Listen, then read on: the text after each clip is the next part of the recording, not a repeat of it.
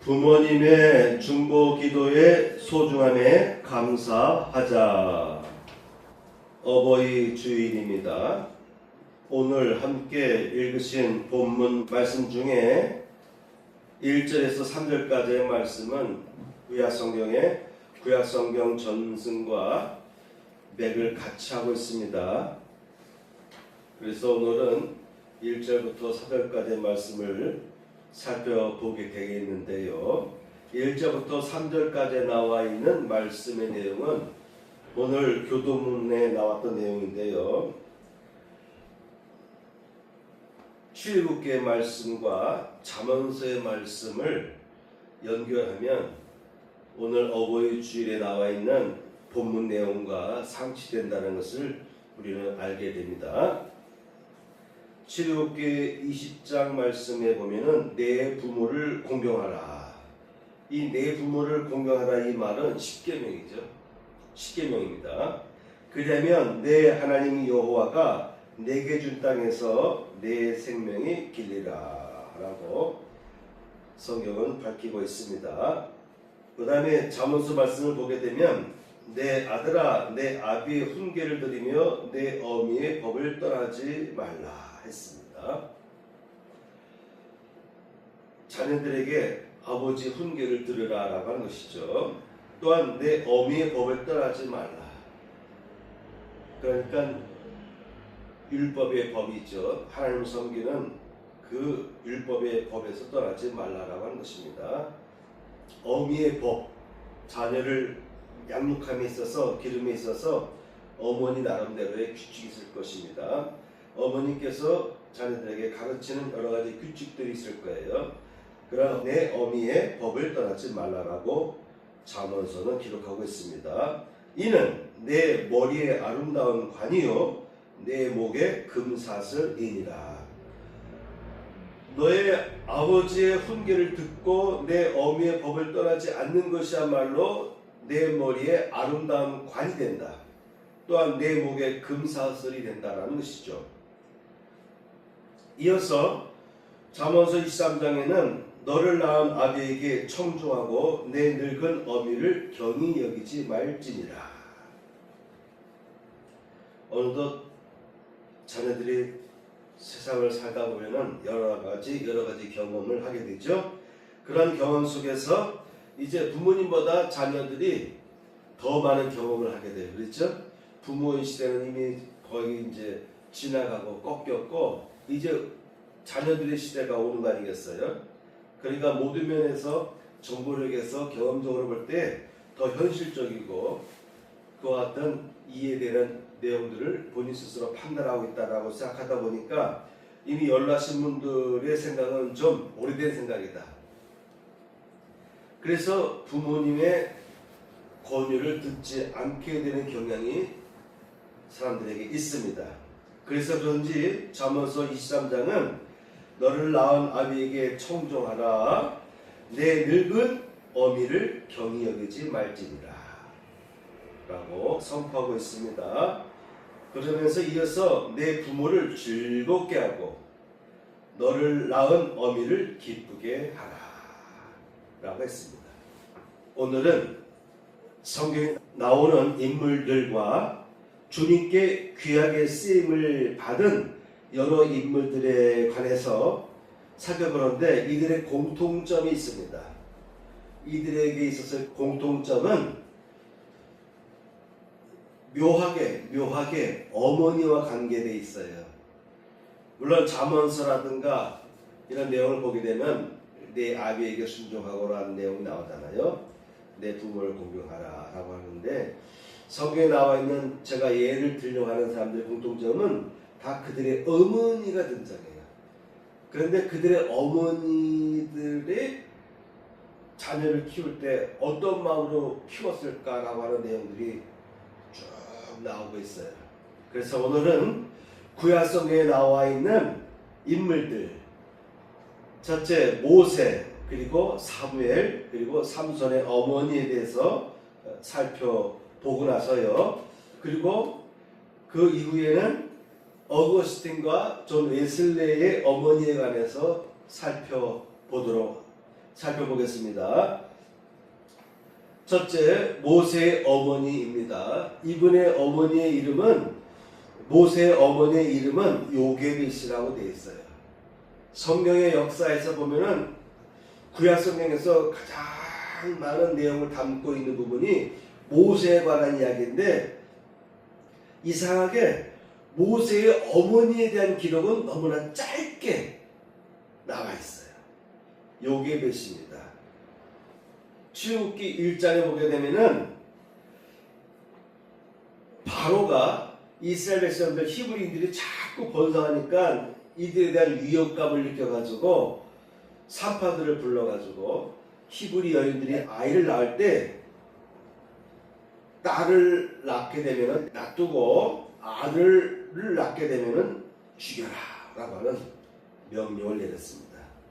그런데 이 산파들이 하나님을 경외하는 사람들이었어요.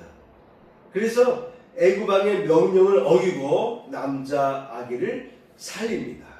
남자 아이들이 산모가 남자 아이를 낳으면 살려주는 거예요. 그래서 많은 히브리 여인의 아들들을 살려줬어요.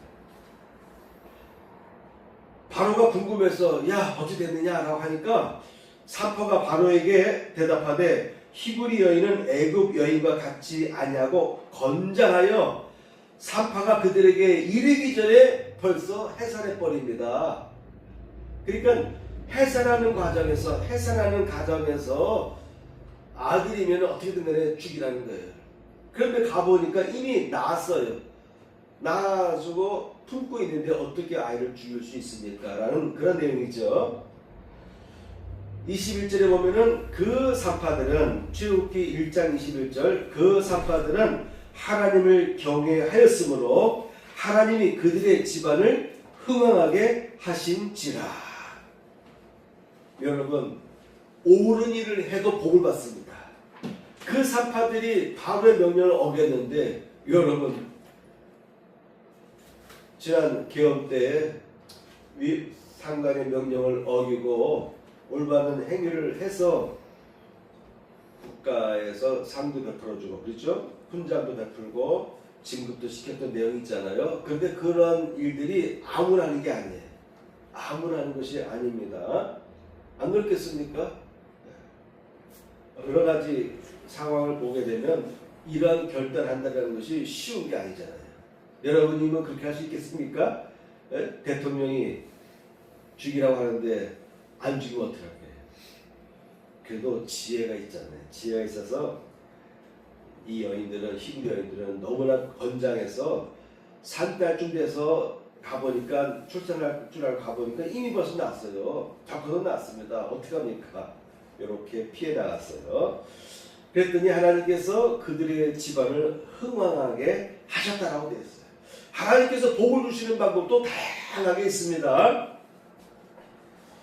그래서 출애굽기 2장에 보면은 레위 가족 중 한 사람이 가서 레위 여자에게 장가들어 그 여자가 임신하여 아들을 낳으니 그가 잘생긴 것을 보고 석 달 동안 그를 숨겼으나 석 달이 지난 이후에는 이제 아기들도 목소리가 커질 거 아니겠어요, 그죠? 아기들도 이제 3개월 지나니까 여러분 우리나라도 100일 지나면 이제 생명이 어느 정도 안정권에 들어왔기 때문에 그래서 100일 잔치를 하지 않습니까? 그리고 돌잔치를 하고 그만큼 아기가 자꾸 울게 되고 목소리도 크고 그래서 숨길 수가 없었습니다. 그러니까 이 산파들의 말에 의하면은 내가 가보니까 이미 그들이 아이를 낳았어요. 그리고 빼돌렸어요. 분명히 배가 불러가지고 오늘 낳을 줄 알고 가봤더니 벌써 나가지고 낳은 아기가 딸인지 아들인지 알 수도 없고 이미 빼돌렸습니다. 이렇게 변명했는데 3개월이 지났습니다. 그러니까 아기가 자꾸 우니까 이 우는 아기의 소리가 여자 딸의 소리인지 아들의 소리인지 또 어느 정도 구분할 수 있고 또 애가 어느 정도 크니까 가보면은 이 아이가 딸인지 아들인지 구분할 수 있잖아요. 그래서 생명의 위태함을 느껴가지고 결국은 이 어머님이 모세를 상자에다 담아서 물이 둘 닿도록 바르고 상자 테두리에 아마 뭐 타막으로 해야 되나요? 노아의 방주 때 받았던 그런 것들을 밟아가지고 물가에 띄어놨습니다. 그런데 그곳에는 바로의 공주가 자주 왔다 갔다 하는 것이었어요. 그래서 모세를 건지게 됩니다. 그래서 모세의 뜻은 건짐을 받은 자, 물에서 건짐을 받은 자라는 뜻이 바로 모세입니다. 여기까지가 모세의 어머니에 대한 이야기가 다예요. 그러니까 레위 여인이 레위 사람을 만나서 결혼했다. 아이를 낳았는데 당시에 바로가 이 히브리 아이들을 다 죽이라고 명령했는데 그걸 잘 피해 넘어갔다. 산파들의 도움으로 아이를 잘 낳았고 3개월 동안은 키웠는데 더 이상 키울 수가 없었다. 출애굽기에 보게 되면은 아들을 낳으니 그가 잘생긴 것을 보고 석 달 동안 그를 숨겼으나 라고 되어 있어요. 이 내용에 대해서 사도행전은 그때의 모세가 낳는데 하나님 보시기에 아름다운지라. 외관도 볼 때 잘생겼고 또 하나님 보시기에도 아름답더라. 외관뿐만 아니라 인성도 어느 정도 하나님도 감동할 정도로 아름답다. 그래서 하나님 보시기에 아름다운지라. 그의 아버지의 집에서 석 달 동안 기르더니라고 묘사하고 있습니다. 그래서 더 숨길 수 없게 되매 그를 위하여 갈대 상자를 가져다가 역청과 나무진을 칠하고 아기를 거기에 담아 나일 강가 갈대 사이에 두었다라고 기록하고 있습니다. 그리고 멀리서 자기 동생 모세의 운명이 어떻게 될지를 멀리서 숨어서 지켜보고 있는 누이가 있었습니다. 여기까지의 내용이 다예요. 그 이후 모세의 어머니가 어떻게 됐다, 다시 만났다, 뭐 언제 죽었다 이런 내용이 아예 없어요. 그의 아버지도 마찬가지입니다. 자, 여기에서 모세의 어머니의 심정을 우리가 느껴볼 필요가 있겠다. 어머니의 마음, 본인 스스로 우여곡절 속에 사람들의 눈을 피해서 아이를 낳았지만 너무나 아이가 예뻐요. 아름답습니다. 어머니 볼 때 너무나 잘생긴 아들을 낳았어요. 그래서 어떻게든 간에 키우려고 했지만 석 달이 지난 후에는 운명에 맡길 수밖에 없었어요.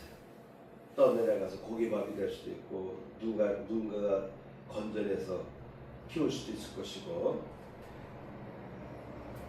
그런 모세의 어머니 요게벳의 애절함, 내용에는 잘 나와 있지 않지만 3개월 동안 아기가 잘생겨서 잘 키우다가 결국은 숨길 수가 없어서 강가에 버렸다. 그 내용이 같지만 그 어머니가 얼마나 마음을 졸여가면서 애타게 아이를 위해서 기도하고 하나님께 울부짖었겠습니까? 그 어려운 시기에 모세는 태어났어요. 그 산모도 얼마나 고민을 많이 했겠어요. 내가 임신했는데 낳아봐야 아이를 죽일 텐데, 혹시 아들 낳으면 죽일 텐데, 죽어야 될 운명인데, 그러면서 10개월 동안 아이를 품은 가운데에서 이 요게벳이 얼마나 고민하고 기도했겠습니까? 이처럼 하나의 위대한 인물이 나오기까지 보면은 그의 어머니를 보면 알 수 있을 것 같아요. 그의 아버지 혹은 그의 어머니, 솔로몬 같은 경우는 그의 아버지를 보면 되겠죠. 다윗. 모세 같은 경우를 보면은 어쨌든 그의 아버지와 어머니가 얼마나 애절하게 기도하면서 3개월 동안 키웠을까. 10개월 동안 기도하면서 낳은 후에 3개월 동안 키우고 강가에 떠내려 보낼 때 그들의 마음이 얼마나 찢어지면서 아팠을까. 그런 기도들이 쌓인 가운데서 바로의 공주가 모세를 건져냅니다. 자기의 아들로 삼습니다. 그래서 졸지에 모세는, 그러니까 이 아이가 엄마가 봐도 그렇고 주변 사람들이 봐도 그렇고 하나님 보시기에도 아름다운 성품과 인품과 외모를 갖췄으니 바로의 공주가 볼 때 어떻겠어요? 너무나 마음에 들지 않았겠어요? 그래서 이 아이를 잘 키워서 이집트의 이제 대권을 이어갈 수 있는 왕자로 자라게 한 것입니다. 두 번째입니다. 사무엘의 어머니입니다. 사무엘의 어머니 이야기도 사무엘상 시작할 때 나오는데 한나죠. 한나가 아이를 낳지를 못해요. 아이를 낳지를 못해서 참 아이를 낳지 못했을 때 그 심정을 여러분 어떨까요? 이해할 수 있겠습니까? 그래서 그의 남편이 또 아내를 얻었어요. 그런데 그의 남편은 그래도 첫 부인 한나에게 뭔가 선물 주더라도 다른 부인보다 갑절로 선물을 주고 사랑을 하는 그런 관계였어요. 그래도 이 여인은 괴로웠어요. 그래서 사무엘상 1장 10절 보면은 한나가 마음이 괴로워서 여호와께 기도하고 통곡하며, 마음이 괴로워서 여호와께 기도하고 통곡하며라고 되어 있어요. 그러니까 이 여인이 기도를 많이 하는데 이것을 주체할 수 없는 거예요. 이 원통함과 이 아픔을 견딜 수 없어서 입을 열어서 통성기도를 한 것입니다. 통곡하며, 울면서 통곡하면서 기도했어요. 그러면서 기도할 때 이런 내용을 하나님 앞에 고백합니다. 서원하여 이르되 만군의 여호와여, 만일 주의 여종의 고통을 돌보시고 나를 기억하사 주의 여종을 잊지 아니하시고 주의 여종에게 아들을 주시면 내가 그의 평생의 그를 여호와께 드리고 삭도를 그의 머리에 대지 아니하겠나이다 라는 약속을 해가면서, 서원을 해가면서 하나님 앞에 통곡하며 기도했어요. 울면서 기도했습니다. 그리고 하나님 앞에 나아가서 또한 예배를 드리며 집에서도 기도하고 하나님의 성전 앞에 찾아가서도 기도하는 것이죠. 그가 여호와 앞에 오래 기도하는 동안에 엘리가 그의 입을 주목한즉, 여인이 기도를 하는데 너무나도 오래 앉아 있어요. 대충 기도하는 것이 아니라 오래 앉아서 기도하는데 일어서질 않아요, 이 여인이. 그래서 저 여인이 좋으나 도대체 저 여인은 저기 앉아서 뭐하나라고 해서 그 입술을 보니까 입술 계속 중얼중얼 거릴 것이죠. 한나가 속으로 말하매, 소리 안 들리게. 뭐 주변에 사람들이 있는데 제자들도 있고 그런데 거기서 남들 소리 들리지 않도록 아마 조용 입으로만 이렇게 했겠습니까? 조용 했겠죠. 그래서 한나가 속으로 말하며 입술만 움직이고, 멀리서 보니까 소리가 안 들리잖아요. 그런데 입술을 움직여요. 어떻게 이 여인이 뭘 하는지를 입을 쳐다본 거예요. 그랬더니 입술만 움직이고 음성은 들리지 아니하므로 나직하게 소리 났겠죠. 그렇죠? 엘리가 그 여인에게 그가 취한 줄로 생각한지라, 취한 줄로 알았어요. 소리는 안 들리는데 입은 자꾸 움직이고 있어요.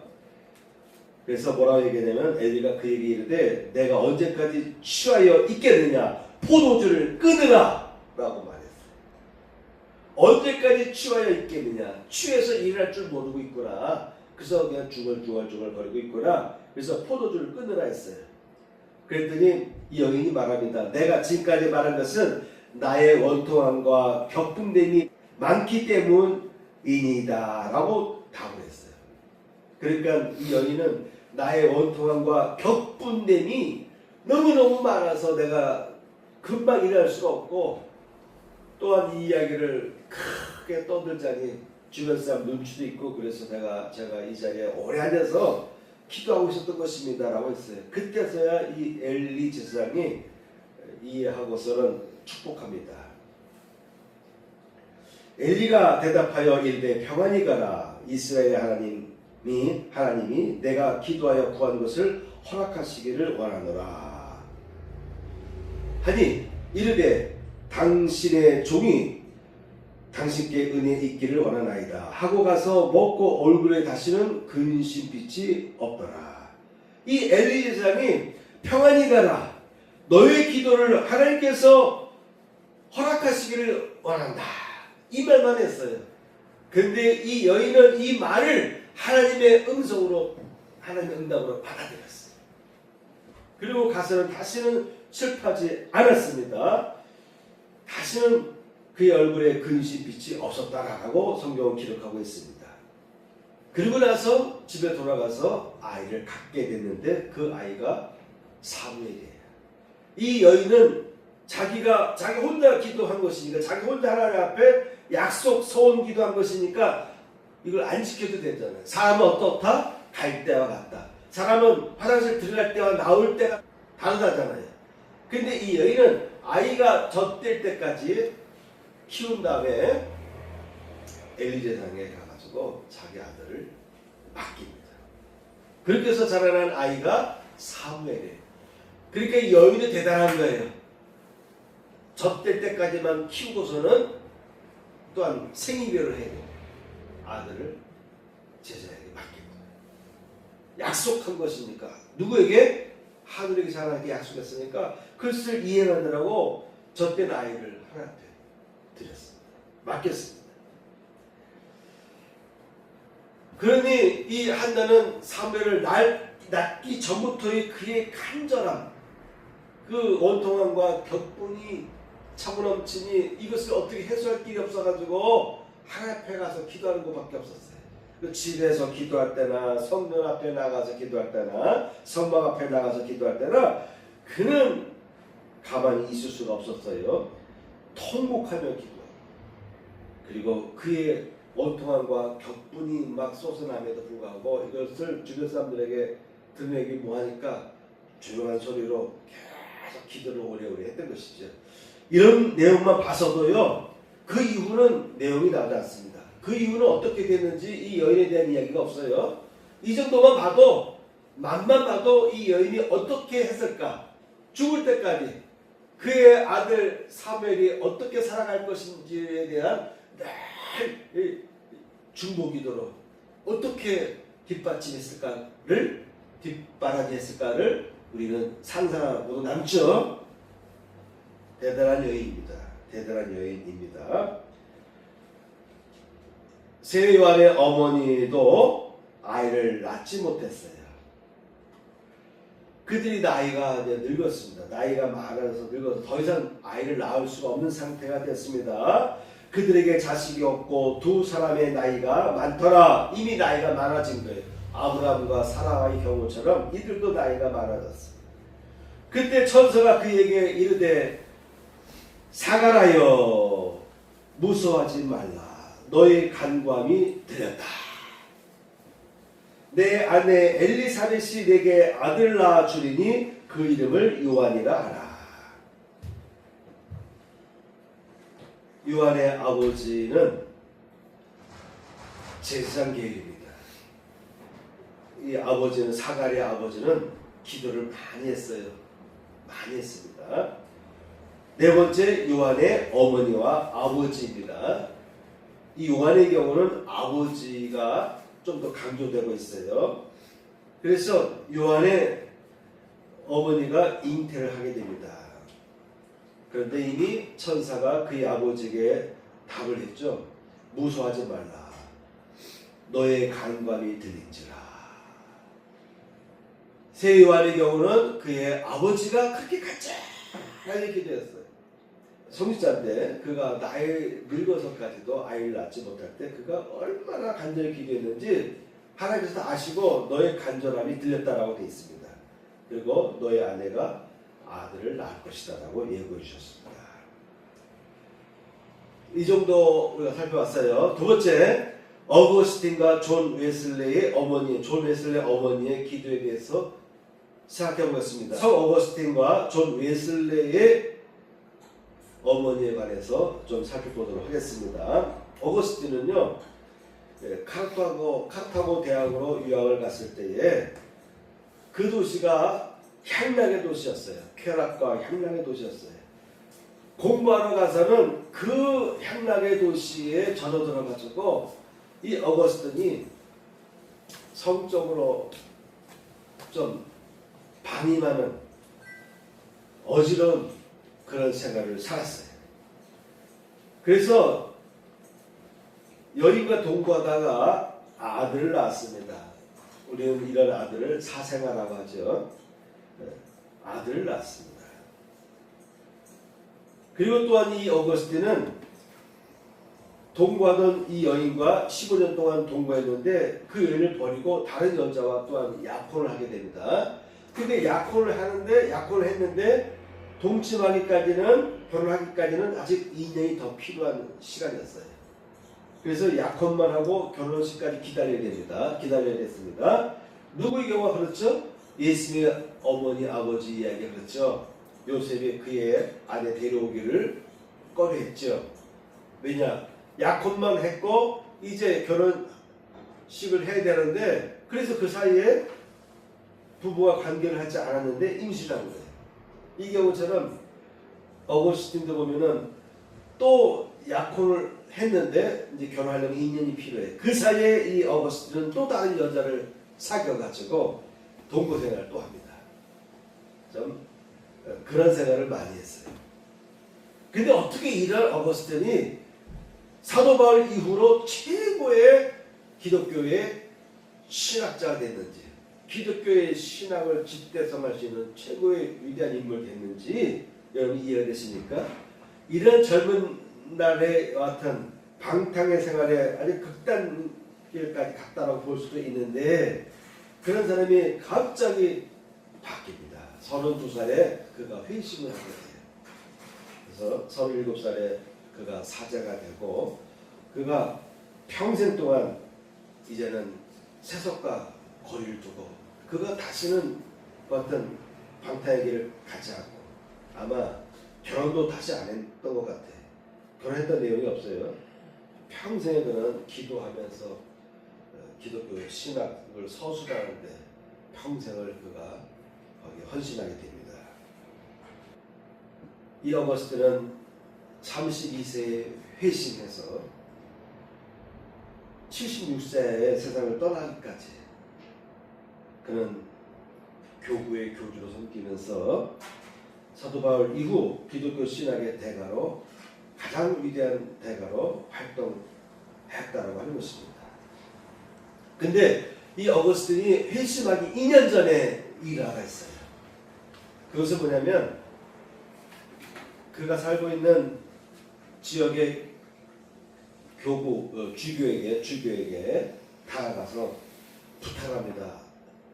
주교님, 제발 제 아들을 만나주세요. 그래서 좀 제 아들이 잘못된 생각하고 있는 것을 좀 고쳐주세요. 이때는 무슨 일이 벌어지고 있었냐면은, 방탕할 뿐만 아니라 이 아들이 당시에 만이교에 거기에 들어가서 있었던 것이. 그래서 30이 되기까지 이렇게 제 아들이 여기서 벗어날 줄 모르고 있습니다. 제가 주보에 기록해놨는데, 성 어거스틴이 쓴 참회록이라고 하는 책이 있어요. 근데 이것을 우리나라 분이 이제 번역을 했는데, 글씨를 제대로 읽을 수가 없어. 있습니다면 앗습니다 뭐 이런 식으로 번역이 돼 있어가지고, 그래도 제가 주보에는 그대로 썼습니다. 틀린 게 아니에요. 번역하신 분이 그 시대에 우리나라 글자가 그랬던 것 같아요. 그래서 읽으려면 너무나 힘들어. 글자가 틀린. 우리 시계로 읽다 보면은 이 글자가 다 틀렸네 라고 되는데, 알아들 수 없는 문구로도 써있고 그런데, 어쨌든 이게 아마 1950년대 아니면 그 전 시대에 우리나라의 한글 문화였던 것 같아요. 한글. 그래도 제가 주보에는 그대로 기록해놨어요. 시간상 제가 다 밝히지는 않겠습니다. 여러분들 읽어보시기 바랍니다. 제발 제 아들을 만나주세요. 네? 한 번만 만나주세요. 그래서 제 아들과 대화를 해서, 제 아들이 지금 이단에 빠져 있는데 어디가 잘못됐고 무엇을 고쳐야 되는지 좀 제대로, 그래도 주교님은 권위가 있으시고 많은 공부를 하셨잖아요. 제가 제 아들이 아무 똑똑하다고 제가 우겨도 주교님 앞에서, 주교님의 그 지식 앞에서, 학문 앞에서 우리 아들이 버티겠습니까? 제 아들의 잘못된 점을 좀 고쳐주세요. 좀 토론도 해주시고 논박도 해주시고. 그때 이 주결은 걱정하지 마세요. 걱정하지 마세요. 자꾸 그랬어요. 그래도 이 어머니는 자꾸 답답하니까 이 주교에게 여러 번 간청을 했던 것 같아요. 그래서 그 주교가 나중에는 뭐라고 얘기했냐면은 이렇게 말합니다. 놔두세요. 놔두면 그가 책을 쭉 읽다가 나중에 깨달을 날이 올 겁니다. 그리고 그가 돌아올 것입니다. 라고 위로를 해주는데도 이 어머니는 아니라고. 주교님이 만나주셔야 된다고. 좀 제 아들 좀 깨닫도록 도와달라고. 그때 이 주교가 뭐라 얘기하냐면 사실 나도 예전에 우리 어머님이 만유교에 빠지는 바람에 저도 만유교에 들어갔어요. 저도 아내가 똑같이 만유교에 들어가서 심취된 적이 있었어요. 그 만유교에 들어가서 나름대로 그 만유교의 여러 가지 그 책들을 다 읽어봤습니다. 읽는 가운데 누구 하나 나에게 깨우쳐 주지도 않았고 나를 이끌어주지 않았는데 내 스스로 책을 쭉 읽어나가다가 깨닫고 만유교에서 내가 나왔습니다. 그리고 오늘날 제가 이와 같이 주교가 되어 있습니다. 그러니 당신의 아들도 놔두세요. 놔두시면 그가 책을 쭉 읽다 보면은 어느 순간 그가 깨닫고 만유교에서 그가 빠져나올 것입니다. 라고 했는데도 불구하고 여인이 계속해서 아니라고 제 아들 좀 만나달라고 그렇게 그냥 못살게 끈질기게 주교에게 매달리니까 그가 한 말은 어머니같이 그렇게 눈물로 기도하는 아들이 죽기를 하겠습니까? 그래서 나온 유명한 말이 뭐냐면 눈물의 자식은 죽지 않는다라는 말이었습니다.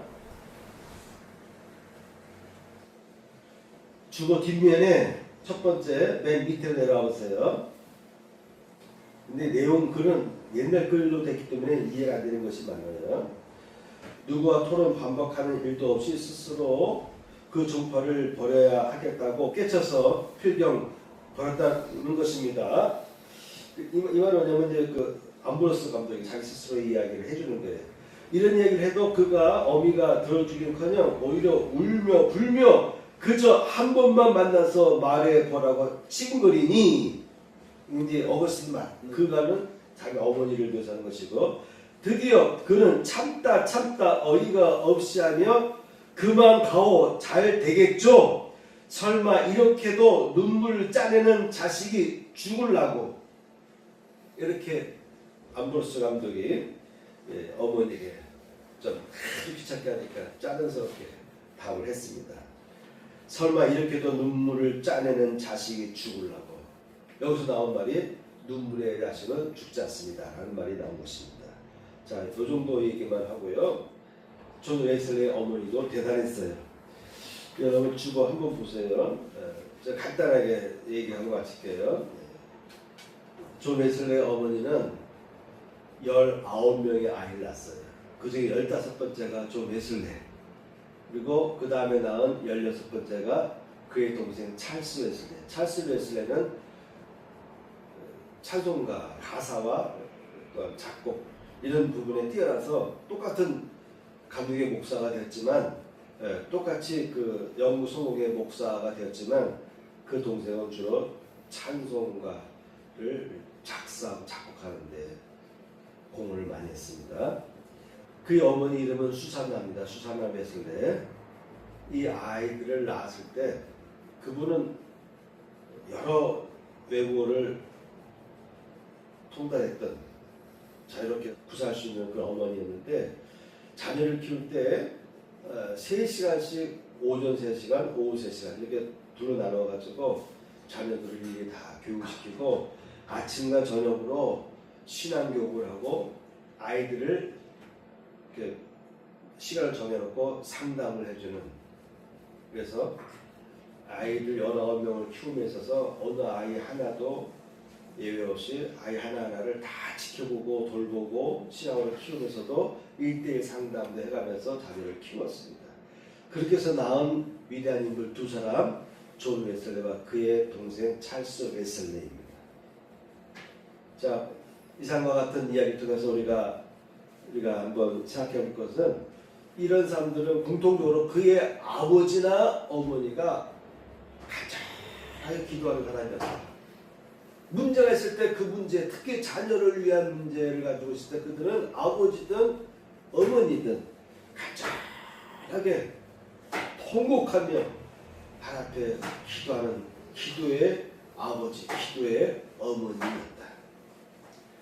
오늘날 여러분들에게 있어서 부모님이 살아계시든 또한 세상에 고인이 됐든 간에 자녀를 위해서 기도하는 부모님을 뒀습니까?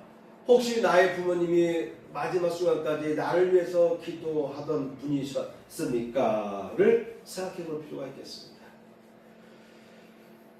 이토록 기도하는 부모님이 중요합니다.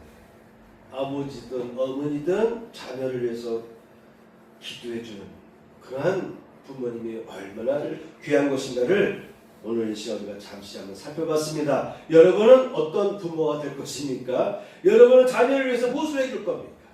네.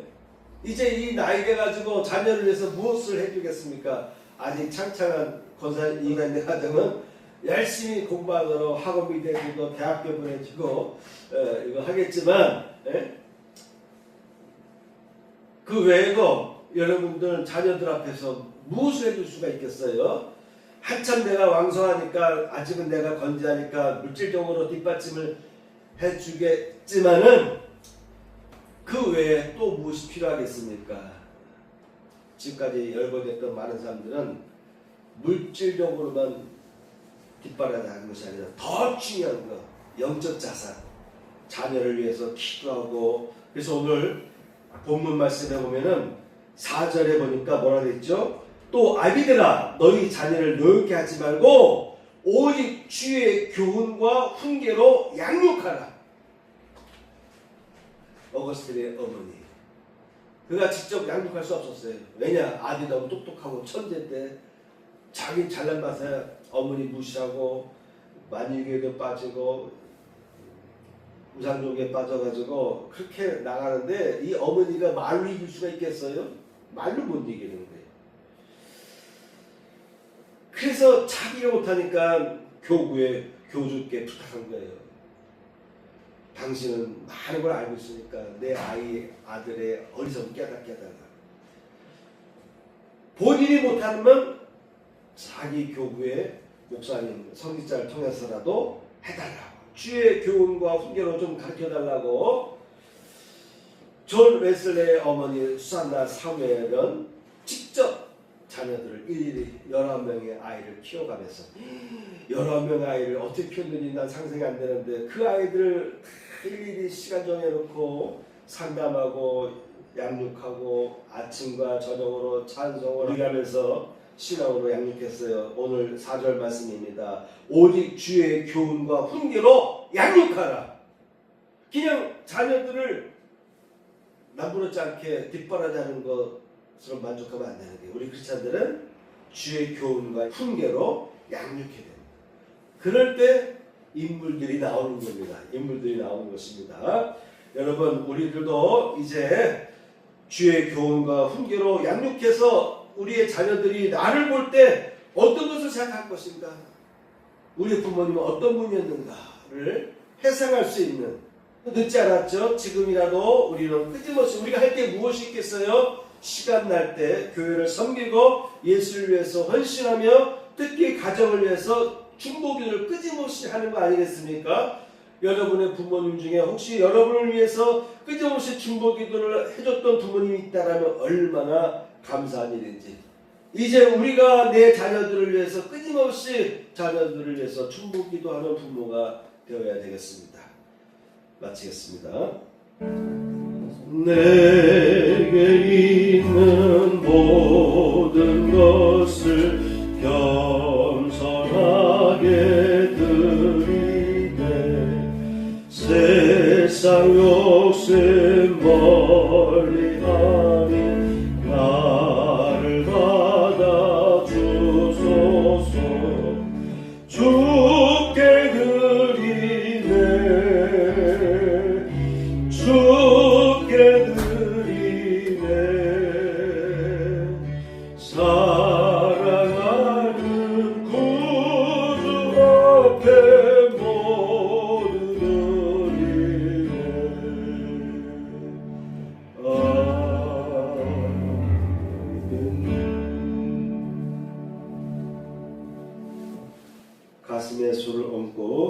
보기도를 드리겠습니다.